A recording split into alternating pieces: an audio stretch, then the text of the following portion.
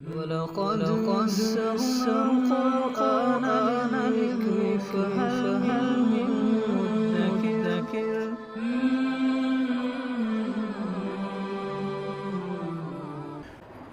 سورہ اعراف آیت نمبر 26۔ اعوذ باللہ من الشیطان الرجیم، بسم اللہ الرحمن الرحیم۔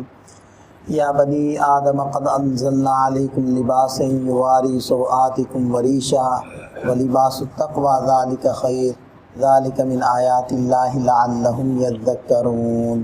سابقہ رکوع کے اندر حضرت آدم علیہ السلام کے قصے کو بیان کیا کہ شیطان کے وسوسے کی وجہ سے حضرت آدم اور حوا علیہ السلام نے وہ پھل کھا لیا جس کے کھانے سے روکا گیا تھا۔ اس کی پہلی سزا یہ ملی کہ ان کو بے لباس کر دیا گیا، جنت کی جو ایک بڑی نعمت تھی لباس، اس سے محروم کر دیا گیا۔ اس وقت بھی جو شیطانی طاقتیں ہیں ان کا زور اس بات کے اوپر صرف ہو رہا ہے کہ انسانیت کو بے لباس کر دیا جائے۔ بس اگر یہی کر دیا جائے تو بس سارے فتنے اسی کے اندر آ جائیں، مزید کچھ کرنے کی ضرورت ہی نہیں۔ اور اسی طرح کچھ طبقے اب بھی دنیا کے اندر موجود ہیں جو سمجھتے ہیں کہ انسان کو ایسا ہی رہنا چاہیے جیسے اللہ نے اس کو پیدا کیا ہے، یہ خام خواہ کے تکلفات سے بچنا چاہیے، یہ لباس بھی ایک تکلف ہے، لہذا وہ طبقہ موجود ہے اور اب بھی سڑکوں کے اوپر وہ ان ممالک کے اندر گشت کرتا ہوا نظر آتا ہے کہ وہ کہتے ہیں کہ جی یہ خام خواہ تکلفات میں پڑے ہوئے، دیکھو حیوانات بھی تو ہیں، یہ بھی تو بغیر لباس کے گھومتے پھرتے ہیں، تو انسان بھی ایسے ہی ہے۔ اسی طرح اگر پیچھے چلے جائیں تو عربوں کے اندر ایک قریش کا ایک قبیلہ تھا حمص نامی، سین کے ساتھ حمص، تو وہ حجاج کو پانی پلایا کرتا تھا۔ ان کی فضیلت یہ رکھی ہوئی تھی عربوں نے کہ کوئی بھی اگر بیت اللہ کا طواف کرنے کے لیے آئے گا تو وہ ان سے لباس لے اور وہ پہن کر طواف کرے۔ ظاہری بات ہے ان کے پاس تو لباس محدود ہوتے تھے، تو اگر کسی کو لباس نہ ملے تو پھر وہ اپنے جو عام لباس پہنتا ہے اس کے اندر طواف نہیں کر سکتا، کیونکہ اس لباس کے اندر وہ گناہ کرتا رہا ہے۔ تو ان کا اگر لباس نہ ملے تو پھر وہ بغیر لباس کے طواف کرے، لہذا عورتیں مرد وہ بغیر لباس کے طواف کیا کرتے تھے۔ تو ان سب کے اوپر نکیر ہے اس آیت مبارکہ میں۔ اللہ تعالیٰ نے ارشاد فرمایا یا بنی آدم، اے آدم کی اولاد، قد انزلنا علیکم لباسا، ہم نے تمہارے اوپر لباس کو نازل کیا، لباس اتارا۔ اب لباس اتارا کا مطلب یہ ہے کہ لباس کے اسباب اتارے، کیونکہ دیکھیں کپاس سے کاٹن سے لباس بنتا ہے تو اس کے لیے پانی اللہ نے آسمان سے اتارا، زمین میں صلاحیت پیدا کی اور وہ چیز اگتی ہے۔ اسی طرح اگر حیوانات کی چمڑے سے کوئی لباس تیار کیا جاتا ہے تو ان کے کھانے کے لیے چارہ اللہ نے پیدا کیا، چارے کے اگنے کے لیے آسمان سے پانی اتارا۔ تو یہ مطلب ہے کہ تمہارے لیے لباس اتارا، یواری سوآتکم وریشا، جو تمہارے ان حصوں کو چھپاتا ہے جن کو ظاہر کرنا انسان فطرتی طور پر شرم محسوس کرتا ہے۔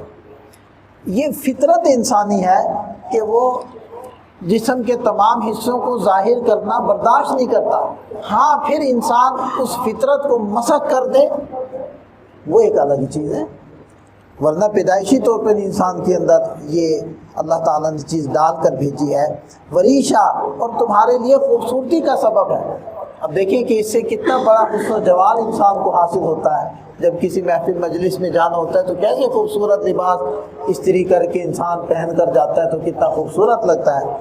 یعنی آپ یوں دیکھیں نا کہ لباس کے خوبصورت ہونے سے انسان کا نقشہ ہی بدل جاتا ہے۔ یہ اللہ تعالیٰ فرما رہے ہیں، اور آگے فرمایا کہ وَلِبَاسُ التَّقْوَىٰ ذَٰلِکَ خَیْرٌ، اور تقوی کا لباس یہ بہتر ہے۔ یعنی جیسے ایک ظاہری لباس ہے ایسے ہی انسان کا ایک باطن کا لباس ہے۔ جیسے ظاہری لباس انسان کو پردے کا کام دیتا ہے اور انسان کے جسم کے کوئی عیوب ہیں تو ان کو چھپا لیتا ہے، اسی طرح باطن میں اگر تقوی ہوگا تو یہ تقوی انسان کو گناہوں سے بچائے گا۔ اور یہ تقوی ہی ہے کہ جو تنہائیوں میں اور اندھیروں کے اندر انسان کو گناہوں سے محفوظ رکھتا ہے۔ اور نبی پاک صلی اللہ علیہ وسلم کا ارشاد ہے کہ جو شخص تنہائی کے اندر جو کرتا ہے اللہ اس کو اس کی چادر بنا دیتا ہے۔ اگر تنہائیوں میں وہ نیکی کرے گا، خیر کرے گا، بھلے چھپا لے، وہ ظاہر ہو جائے گی، اور اگر تنہائیوں میں گناہ کرے گا تو جتنا مرضی چھپا لے وہ ظاہر ہو کر رہے گا۔ تو تقوی کا لباس بہتر ہے، کیونکہ تقوی انسان کو گناہ سے بچائے گا، اور یہ تو کنفرم ہے کہ جو بھی وہ تنہائیوں میں کرے گا وہ ظاہر ہو کر رہے گا۔ پھر یہ جو تقوی ہے، تقوی کا لباس ہے، وہ انسان کے گناہوں کو چھپانے کا بہترین ایک ذریعہ اور سبب ہے۔ اور اس کے اندر دوسری بات یہ بھی آ جاتی ہے کہ دیکھیں، لباس کا مقصد قرآن نے ذکر کیا، یواری سوآتکم، سوآت کہتے ہیں جسم کے ان حصے کو کہ جن کو ظاہر کرنے انسان فطرتاً ناپسند کرتا ہے، اور وارا یواری اس کا معنی ہوتا ہے چھپانا۔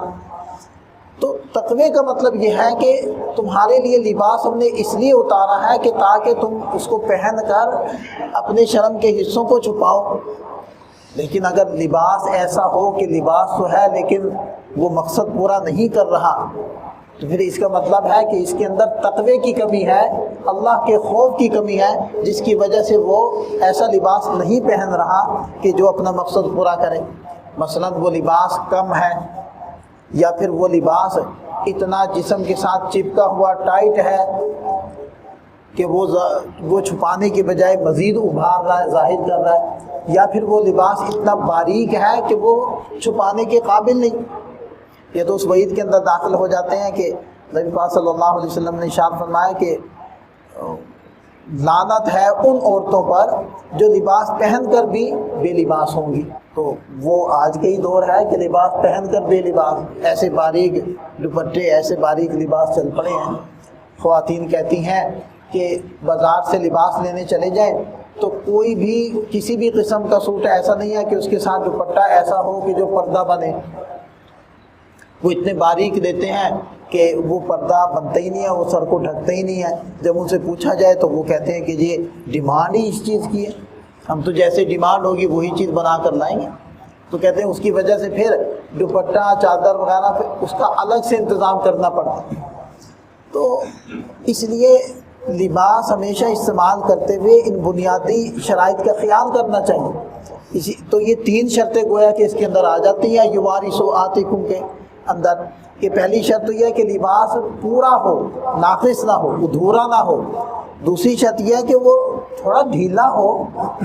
اس سے بحث نہیں ہے کہ وہ پینٹ شرٹ ہو یا شلوار قمیض ہو یا اربوں والا چوغا یا توب ہو، ایسی کوئی شریعت نے کوئی خاص قسم متعین نہیں کی کہ وہ لباس کیسا ہونا چاہیے۔ یہ علاقائی چیز ہے۔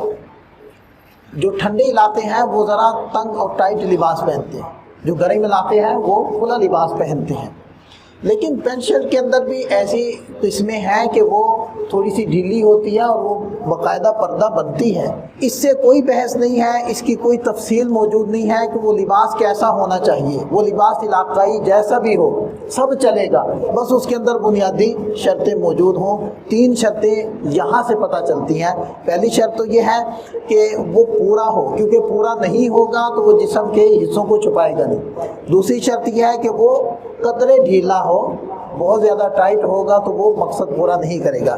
تیسری شرط ہو گئی کہ وہ اتنا موٹا ہو کہ جسم اس سے جھلکتا ہوا نظر نہ آئے۔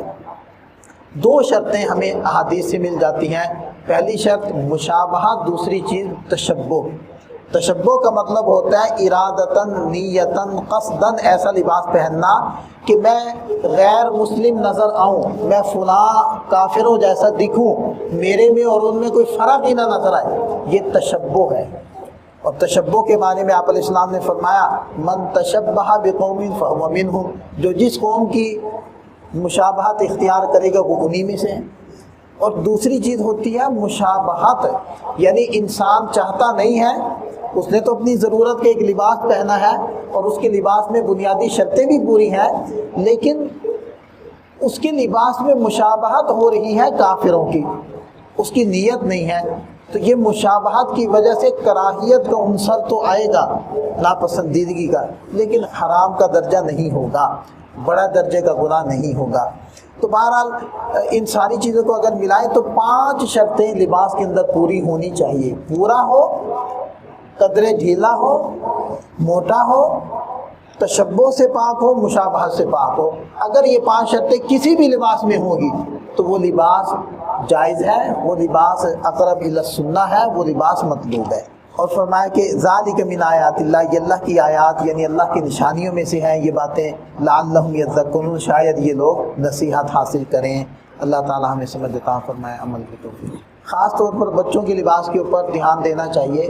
جو آج بچوں کا لباس ہے 8-10 کے بعد وہی معاشرے کا لباس. لباس کا معاملہ اہم ہے، قرآن نے اہمیت کے ساتھ اس کو بیان کیا ہے، آپ علیہ السلام نے اہمیت کے ساتھ اس کو بیان کیا ہے.